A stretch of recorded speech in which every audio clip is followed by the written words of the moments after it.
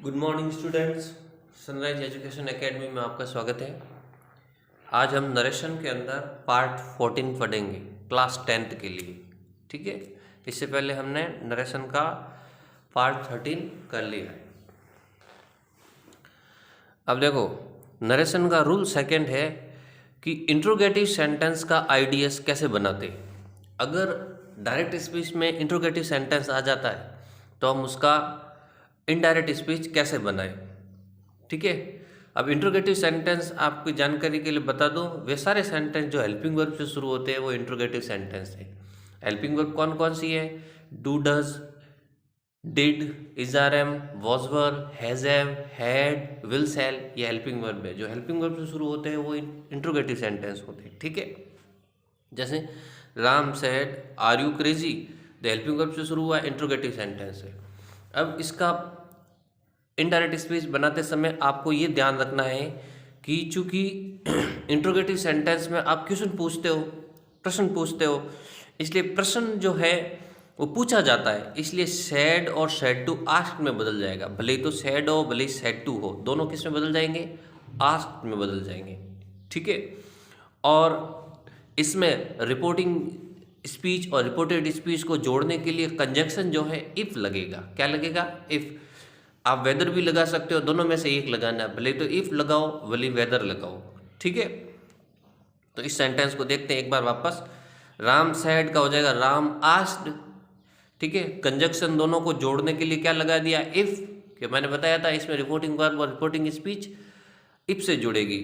ठीक है, तो इफ से जुड़ गई। अब देखो, इंट्रोगेटिव सेंटेंस का आईडीएस बनाते समय आपको ये ध्यान रखना है कि वापस सेंटेंस इंट्रोगेटिव नहीं होगा, वो एसर्टिव में बदल जाएगा। किस में बदल जाएगा? एसर्टिव में। ठीक है, इंट्रोगेटिव सेंस खत्म हो जाएगा, क्वेश्चन मार्क पीछे से हट जाएगा। और एसर्टिव सेंटेंस आपको पता है हमेशा किससे शुरू होते हैं? सब्जेक्ट से शुरू होते हैं। ठीक है, तो इफ लग जाएगा। अब चूंकि एसर्टिव सेंटेंस सब्जेक्ट से शुरू होते हैं, इसलिए हमें ये देखना है यू क्या है? Second person. सेकेंड पर्सन किसके अनुसार बदलता है? ऑब्जेक्ट के अनुसार। तो देखो, रिपोर्टिंग स्पीच में ऑब्जेक्ट है नहीं है। देखो, सब्जेक्ट है राम, वर्ब है सैड, ऑब्जेक्ट है ही नहीं। तो जब रिपोर्टिंग स्पीच में ऑब्जेक्ट नहीं हो तो आप यू को किसी में भी बदल सकते हो, वापस यू नहीं लिखना है। कोई भी ही, आई, सी, इट, दे, किसी में बदल सकते हो। ठीक है, तो यहाँ पे यू को हम जो है ही में बदल देंगे क्योंकि ऑब्जेक्ट है ही नहीं। तो इफ ही। ठीक है, अब देखो, चूंकि असर्टिव सेंटेंस है तो हमें टेंस को भी फॉलो करना होगा। रिपोर्टिंग वर्ब जो है पास्ट टेंस में है, पास्ट टेंस में होने के कारण आगे वाला टेंस भी बदलेगा।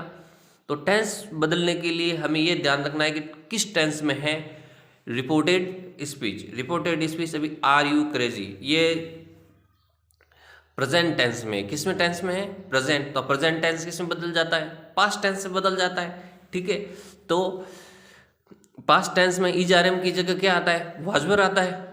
ठीक है, तो ही वॉज, वॉज वर में से ही के साथ क्या आएगा? वॉज। He was crazy. समझ में आया? मैंने आपको बताया हुआ है कि पास्ट टेंस, प्रेजेंट टेंस जितने भी है वो सब किस में बदल जाएंगे? पास्ट टेंस में। प्रेजेंट सिंपल, पास्ट सिंपल में, प्रेजेंट कंटिन्यू, पास्ट कंटिन्यू में। ठीक है, तो सैड आस्क्ड में बदल गया, कंजंक्शन इफ लग गया, यू ही में कन्वर्ट हो गया, इज आर एम किस में बदल गई? वॉज वर में और क्रेजी। अब आप कहोगे सर इसमें हेल्पिंग वर्ब पहले है और इसमें बाद में क्यों? तो मैंने इसका कारण भी आपको बता दिया कि इंट्रोगेटिव सेंटेंस जब इनडायरेक्ट स्पीच में आएगा तो एसर्टिव में बदल जाएगा। एसर्टिव सेंटेंस में पहले सब्जेक्ट आता है, बाद में हेल्पिंग वर्ब आती है। ठीक है, अब direct speech. Mohan said to me have you watch TV. Mohan ने कहा क्या तुमने टीवी देखी? ठीक है, तो मोहन सेड टू किस में बदल गया? Asked me. कंजंक्शन क्या लग गया? इफ। आप वेदर भी लगा सकते हो, कोई फर्क नहीं पड़ेगा, वेदर और इफ एक ही है। इफ। अब देखो, सब्जेक्ट पहला आएगा क्योंकि एसर्टिव है, तो यू क्या है? सेकंड पर्सन है, और सेकंड पर्सन किसके अनुसार बदलता है? ऑब्जेक्ट के अकॉर्डिंग। ऑब्जेक्ट कौन है? मी। मी का नॉमिनेटिव केस क्या हो जाएगा? आई। ठीक है, अब टेंस चेंज कर लो। ये प्रेजेंट परफेक्ट है, टेंस कौन सा हो जाएगा? Past perfect. पास्ट परफेक्ट में हैज हैव की जगह क्या आता है? Had watch TV. ठीक है, तो ये आपको ध्यान रखना है। इंट्रोगेटिव सेंटेंस का आइडियस बनाते समय सन फॉर्मूला भी फॉलो करना है और टेंस भी बदलना है, ठीक है। डबल इंट्रोगेटिव से आइडियस बनाना। अब कई बार एग्जाम में डबल इंट्रोगेटिव सेंटेंस भी आ जाते हैं, उनका भी आइडियस बनाने के लिए आपको कहा जा सकता है। जैसे डबल इंट्रोगेटिव सेंटेंस में भी वही रूल है, क्योंकि वो भी इंट्रोगेटिव है तो सही सी बात है, उसमें भी प्रश्न पूछा जा रहा है, तो सैड और सैड टू आस्क्ड में बदल जाएंगे। किसमें बदल जाएंगे? आस्क्ड में। लेकिन कंजक्शन जो है वो WH वर्ड रहेगा, इसमें कंजक्शन इफ नहीं रहेगा, हट जाएगा। इफ की जगह दूसरा कंजक्शन रहेगा, वो WH वर्ड। इसको समझते हैं। यहाँ कंजक्शन खुद वही रहेगा जो क्वेश्चन में होगा। जैसे वाट है तो वाट ही रहेगा, WH वर्ड है वाट। वेयर है तो वेयर ही रहेगा, वाई है तो वाई ही रहेगा, हाउ है तो हाउ ही रहेगा, ठीक है। वैन है तो वैन रहेगा।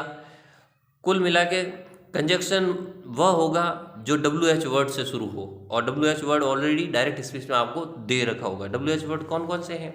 वैन, वाट, हाउ, वेयर, ठीक है, ये WH वर्ड है, ठीक है। तो देखते हैं। Ram sad what do you give me, give him. Ram ने कहा तुम मुझे क्या देते हो, तो राम सैड, सैड किस में बदल गया? आस्क्ड में। अब आप कहोगे सर डबल इंट्रोगेटिव क्या होता है? तो डबल इंट्रोगेटिव सेंटेंस वे सारे सेंटेंस जो WH वर्ड से शुरू होते हैं डबल इंट्रोगेटिव होते हैं। और WH वर्ड से कौन कौन शुरू होते हैं? जैसे वाट से शुरू होने वाला सेंटेंस डबल इंट्रोगेटिव है, वेयर से डबल इंट्रोगेटिव, हु से डबल इंट्रोगेटिव, वैन से डबल इंट्रोगेटिव, ठीक है, हाउ से डबल इंट्रोगेटिव, वाई से डबल इंट्रोगेटिव। तो ये WH वर्ड से जो भी शुरू होते हैं वो डबल इंट्रोगेटिव है, ठीक है। तो वाट का वाट ही रहेगा। मैंने क्या बताया? कंजक्शन इसमें वही रहेगा, WH वर्ड ही कंजक्शन रहेगा। इनमें जो है कंजक्शन वो इफ रहता था, वेदर, लेकिन डबल इंट्रोगेटिव में WH वर्ड रहेगा। अब आपको मैंने बताया था कि इंट्रोगेटिव सेंटेंस इंट्रोगेटिव में नहीं रहेगा, वो असर्टिव में बदल जाएगा। तो असर्टिव में सब्जेक्ट पहले आता है, तो कंजक्शन आ गया, कंजक्शन के बाद सीधा सब्जेक्ट को खींचो। सब्जेक्ट क्या है? यू। और यू किसके अनुसार बदलता है? सेकंड पर्सन है, किसके अनुसार बदलेगा? ऑब्जेक्ट के अनुसार बदलेगा। ऑब्जेक्ट यहाँ है ही नहीं, तो आप किसी में भी इसे बदल दो, भले ही, शी, इट, दे, आई, लेकिन वापस यू में नहीं लिखोगे, ठीक है। तो हमने बदल दिया इसको ही में। असर्टिव सेंटेंस में बदलने के लिए हमें पहले सब्जेक्ट चाहिए। अब आगे ऊपर वाले का टेंस को देख लो। डू यू गिव हिम, तुम उसे क्या देते हो? ऊपर वाला टेंस में डू डज से शुरू हो रहा है, तो जाहिर सी बात है ये प्रेजेंट सिंपल टेंस है। प्रेजेंट सिंपल किससे बदलता है? पास्ट सिंपल में। और पास्ट सिंपल में क्या आती है? वर्ब की सेकंड फॉर्म आती है। तो ये आगे गिव की second form gave him. Him यहाँ थर्ड पर्सन है, तो हिम में ही रहेगा, ये वर्ब चेंज नहीं होगा। थर्ड पर्सन में नो चेंज होता है, ठीक है। तो कुछ समझ में आया? ठीक है। अब आप इसमें हेल्पिंग वर्ब के चक्कर में मत रहना, कारण ये जो हेल्पिंग वर्ब है डू डज, ये वापस जब हम इसको असर्टिव में कन्वर्ट करेंगे तो असर्टिव सेंटेंस में प्रेजेंट सिंपल सेंस में डू डज नहीं आता है। आप कहोगे सर ऊपर तो हेल्पिंग वर्ब आई थी, तो ऊपर हेल्पिंग वर्ब आती है इसलिए आई क्योंकि ये हेल्पिंग वर्ब सेंटेंस में ज़रूरी है। जैसे प्रेजेंट परफेक्ट टेंस में हेल्पिंग वर्ब चाहिए असर्टिव सेंटेंस में, इसलिए हेल्पिंग वर्ब आई। प्रेजेंट कंटिन्यूस टेंस में भी हेल्पिंग वर्ब चाहिए, इसलिए वाज और आई।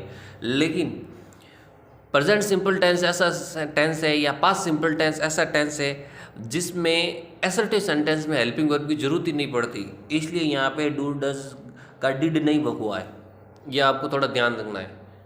वापस से बता देता हूँ, present simple tense, past simple tense के असर्टिव सेंटेंस में हेल्पिंग वर्ब नहीं आती है, ध्यान रख लेना।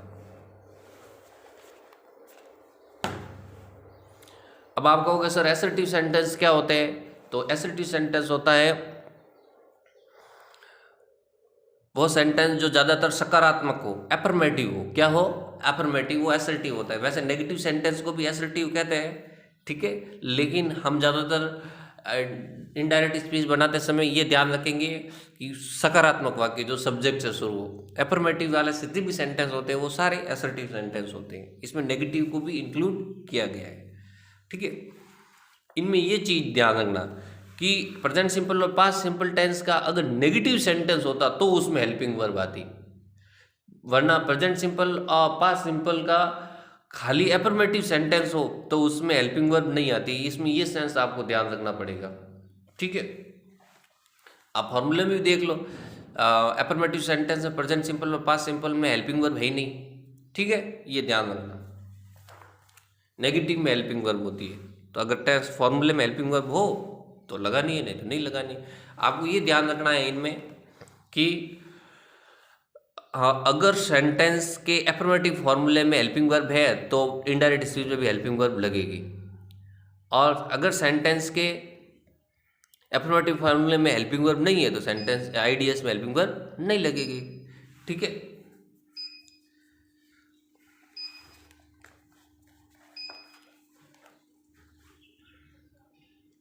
Ram said to me why did you come at my home yesterday. Ram ने मुझसे कहा तुम मेरे घर कल क्यों आए। तो देखो, राम सेड टू किस में बदल गया, आस्ट में, मी का मी, वाई का why, did you come at my home yesterday, तो कंजक्शन हो गया वाई।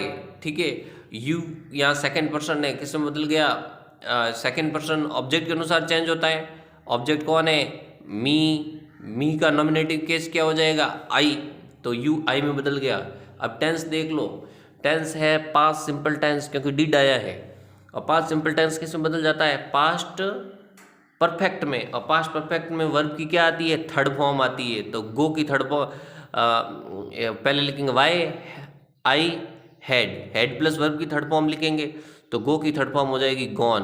अब आप कहोगे सर यहाँ आपने गॉन क्यों लिखा, तो ये ध्यान रखो कि डीएस डायरेक्ट स्पीच से इनडायरेक्ट स्पीच में बदलते समय कम गो में बदल जाता है, इसलिए गो की थर्ड फॉर्म गॉन आएगी। एट या माई किसके लिए आया, राम के लिए, तो राम के लिए यहाँ हिज में कन्वर्ट हो जाएगा, हिज होम। यस्टरडे किस में बदल जाएगा, द प्रीवियस डे में। तो ये आपको थोड़ा सा ध्यान रखना है। ठीक है,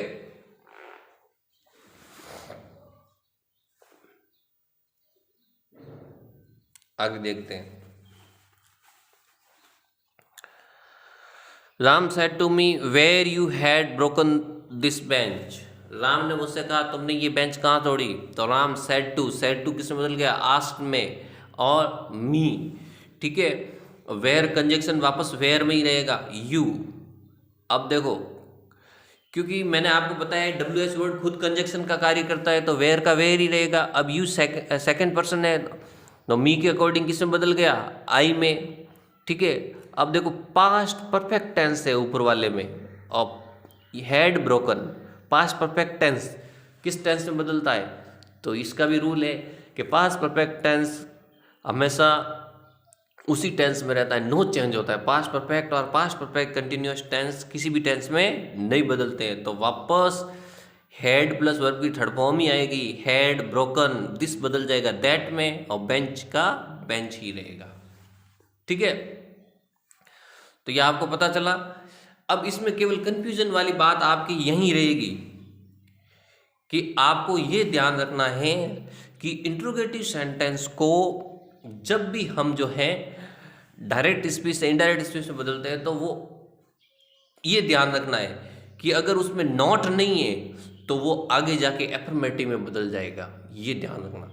तो देखिए ये एफर्मेटिव में रहा, और पास्ट सिंपल में एफर्मेटिव में हेल्पिंग वर्ब आती है, पास्ट कंटिन्यूअस में इजारेम का क्या हो जाता है, वॉज वर्ब हो जाता है। ठीक है, और इंट्रोगेटिव सेंटेंस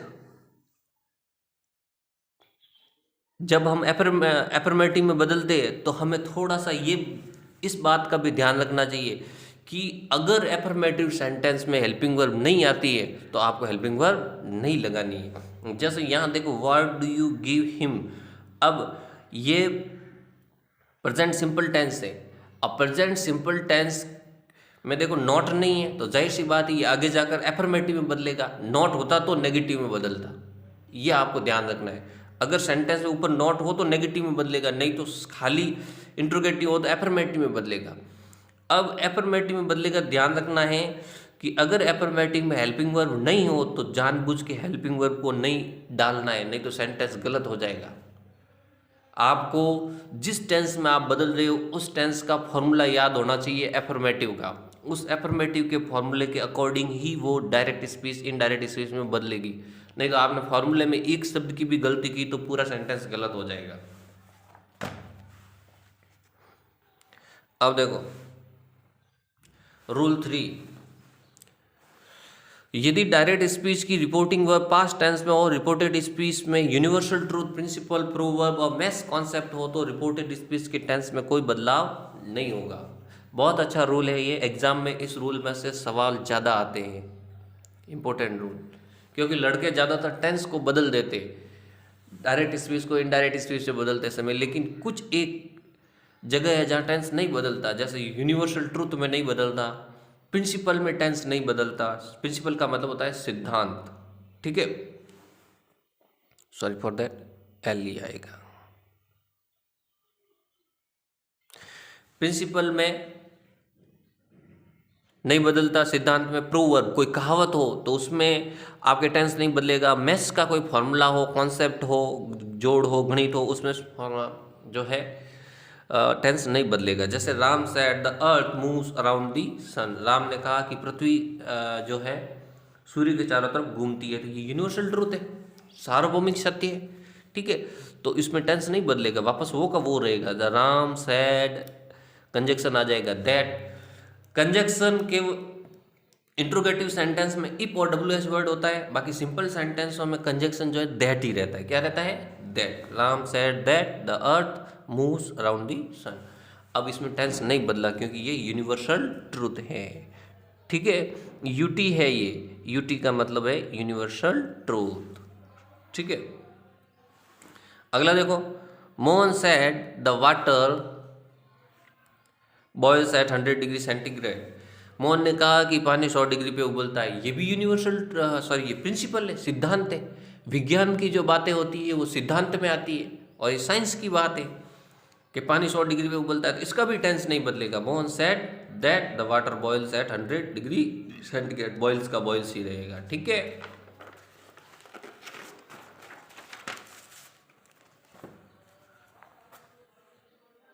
नेक्स्ट देखो, Mukesh said to me all glittering things are not gold, ये प्रोवर्ब है बेटा।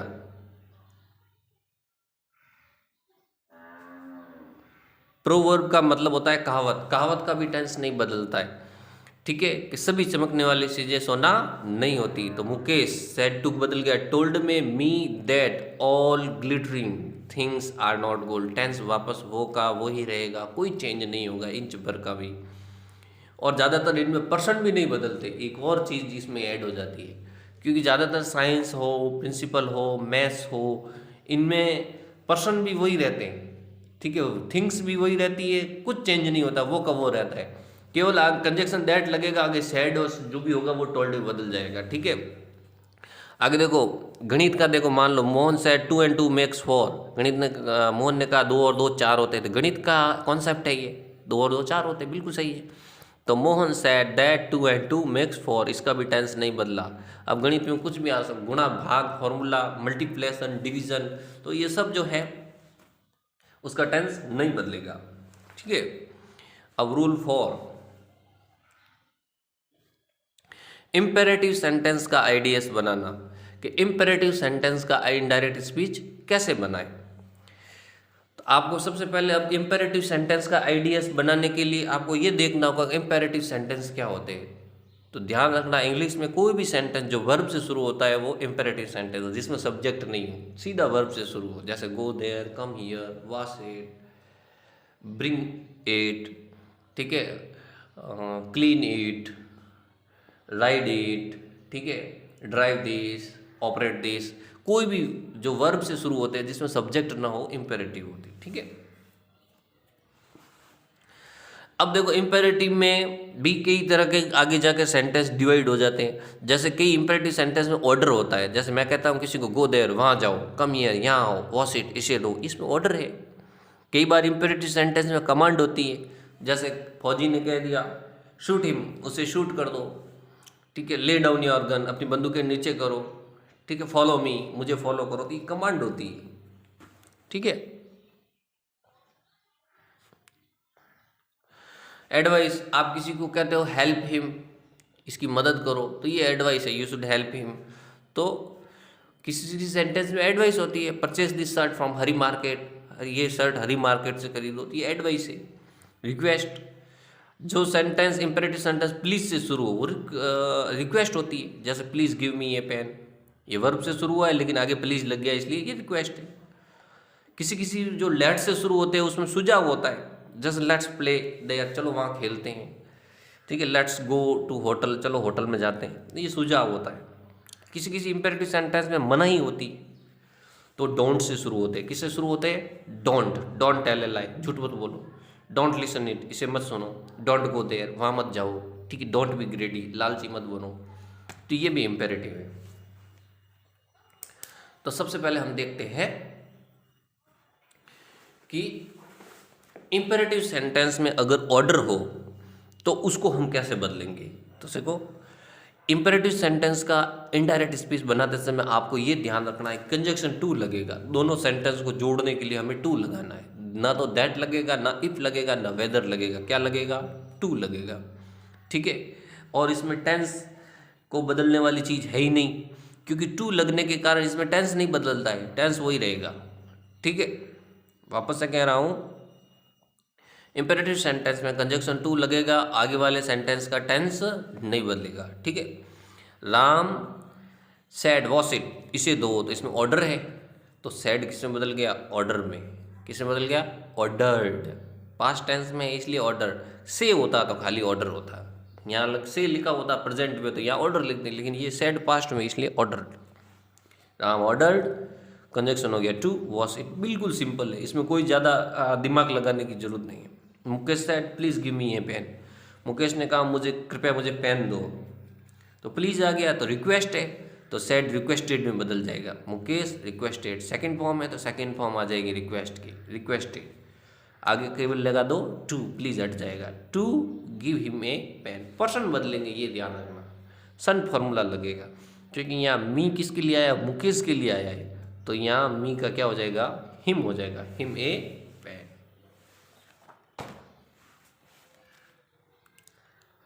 ठीक है। अब देखो कमांड, कई बार सेंटेंस में, इंपेरेटिव सेंटेंस में कमांड होती है, जैसे कैप्टन ने कह दिया ले डाउन योर गन्स, अपनी बंदूकें नीचे करो, तो कैप्टन सेड बदल गया कमांडेड, ठीक है। आगे टू लगा दो, क्या लगा दो? इंपेरेटिव सेंटेंस बहुत इजी है, आसानी से बन जाएगा। आपको केवल टू लगाना है, टेंस बदलना नहीं है, केवल पर्सन बदलना है, ठीक है। और ये ध्यान रखना है सेड किस में बदलेगा, तो ले डाउन योर किसके लिए आया है? सामने वालों के लिए आया है, कैप्टन ने सामने वाले को कहा होगा, तो योर देयर में बदल जाएगा, देयर गन्स। अब देखो, यहाँ मैंने 2 बार एडवाइस लिखा है, इसमें एस है, इसमें सी है। एडवाइस की 2 स्पेलिंग होती है बेटा, एडवाइस बोला जाता है तो वो वर्ब है, एडवाइस बोला जाता है तो वो नाउन है, स बोला जाता है तो नाउन है, ज बोला जाता है तो वर्ब है। एडवाइस तो वर्ब ज, और इसमें स एडवाइस तो ये नाउन है, ठीक है। अपने को तो वर्ब चाहिए तो अपन ये एडवाइस लेंगे, ठीक है। Mohan sad help the poor, Mohan ने कहा गरीबों की मदद करो। Purchase this shirt from Hari market, इसे हरी मार्केट से खरीदो, तो ये एक सलाह है। अगर आप किसी को इंपेरेटिव सेंटेंस बोलते हो जो वर्ब से शुरू होता है और उसमें सलाह हो, सामने वाले को आप एडवाइस दे रहे हो, तो शैड किस में बदल जाएगा? एडवाइस्ड में बदल जाएगा, टू हेल्प दी पुअर। तो इंपेरेटिव सेंटेंस बहुत इजी है, इसमें ज़्यादा दिमाग लगाने की ज़रूरत नहीं है, ना तो टेंस बदलता है, ठीक है, ना कंजक्शन इफ वेदर दैट लगता है, केवल टू लगता है, ठीक है। तो इसको गलत करने के चांसेस बहुत कम है, केवल पर्सन का ध्यान रखना है। ये जो पर्सन होता है ना, second person, first person, third person, ये पर्सन बदल सकते हैं सन फॉर्मूले से, और शेड का ध्यान रखना है। अब नेगेटिव इंपेरेटिव सेंटेंस को 3 तरीके से आईडीएस में बदला जा सकता है। अगर कोई नेगेटिव इंपेरेटिव सेंटेंस आ जाए तो आप उसको 3 तरीके से आईडीएस में बदल सकते हो। जैसे एक मैं नेगेटिव लेता हूँ, डोंट लिसन इट, इसे मत सुनो। डोंट लिसन इट, इसे मत सुनो, मैंने इसको ले लिया। Ram said to me, Ram ने उसे कहा डोंट लिसन इट, इसको मत सुनो। तो इसको पहला तरीका इनडायरेक्ट स्पीच में बदलने का, पहले तरीके में आप कर सकते हो सेड टू को आस्क में बदल दो। किस में बदल दो? आस्क में, और कंजक्शन में नॉट टू लगा दो। क्या लगा दो? नॉट टू, और आगे लिख दो लिसन इट। ठीक है, डू नॉट हट जाएगा। पहला तरीका कहता है कि सेड टू को आस्क में बदल दो, डू नॉट को हटा दो और उसकी जगह नॉट टू लिख दो। डू नॉट की जगह क्या लिखना है? नॉट टू, और सेड टू को किस में बदल देना है? आस्क में। पहला तरीका ये हो गया। अब दूसरा तरीका कहता है कि सेड टू को फॉरवर्ड में बदल दो। किस में बदल दो? फॉरवर्ड में, और डू नॉट की जगह टू लगा दो, टू लिसन इट। जैसे Ram forward me to listen it. अब आप कहोगे सर इसमें नॉट क्यों हटा? क्योंकि फॉरवर्ड खुद मना कर रहा है। फॉरवर्ड का मतलब क्या होता है? मना करना। फॉरवर्ड का मतलब क्या होता है? मना करना। राम ने मुझे इसे सुनने के लिए मना किया है। ठीक है, तो पहले तरीके में सेड टू आस्क में बदला, डू नॉट नॉट टू में बदल गया। दूसरे तरीके में सेड टू फॉरवर्ड में बदला और डू नॉट टू में बदल गया। तीसरा तरीका और देख लो। तीसरे तरीके में होता है राम सेड टू प्रोहिबिटेड में बदल जाता है। राम ने निषेध किया। मना करना और निषेध करना एक ही बात है। राम ने निषेध किया, निषेध करना, मना करना। राम प्रोहिबिटेड मी। अब इसमें जो है डू नॉट जो है फ्रॉम में बदल जाएगा, और डू नॉट किस में बदल जाएगा? फ्रॉम में। आपको ये ध्यान रखना है, डू नॉट बदल जाएगा फ्रॉम में, और वर्ब की फोर्थ फॉर्म आएगी। ये इंपॉर्टेंट है, ये थोड़ा ध्यान रखना कि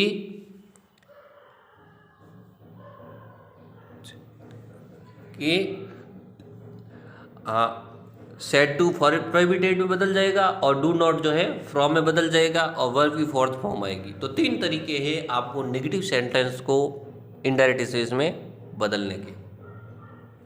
अब देखो सजेशन। इंपेरेटिव सेंटेंस में सुझाव भी हो सकता है। जैसे राम ने कहा लेट्स प्ले हियर, चलो यहाँ खेलते हैं। राम ने सुझाव दिया, और ज़्यादातर सुझाव में लेट से शुरू होंगे। किससे शुरू होंगे? लेट से। तो लेट्स प्ले हियर, तो राम ने सुझाव दे दिया, तो लेट से जैसे ही लेट आया आप समझ जाना सुझाव है।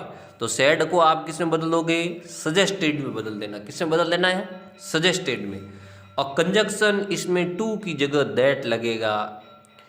इंपेरेटिव सेंटेंस में केवल यही एक जगह है जहाँ कंजक्शन टू नहीं लगता है, दैट लगता है। क्या लगता है? दैट लगता है। ठीक है, एक यहाँ फ्रॉम वाले में भी टू नहीं लगता है। तो सैड को सजेस्टेड में बदल देना है, कंजक्शन दैट लगा देना है।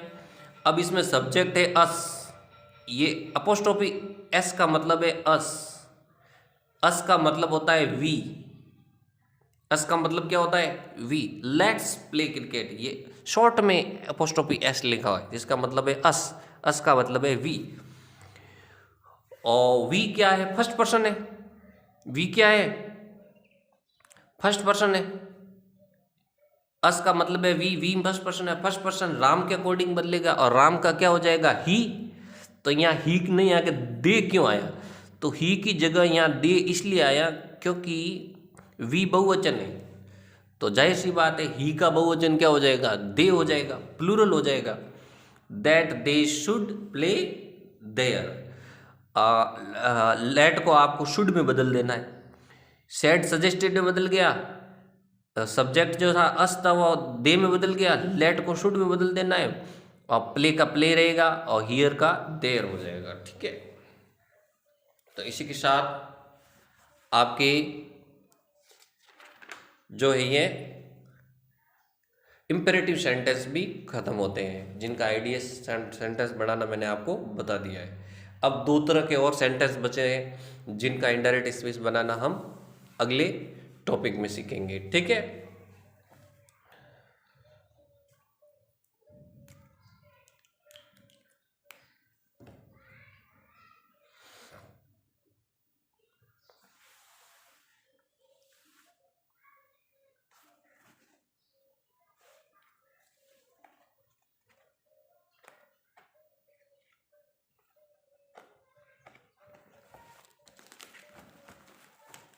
एक एक बार सारे वीडियो को अच्छे से देखते रहो, एग्जाम में प्रॉब्लम नहीं होगी।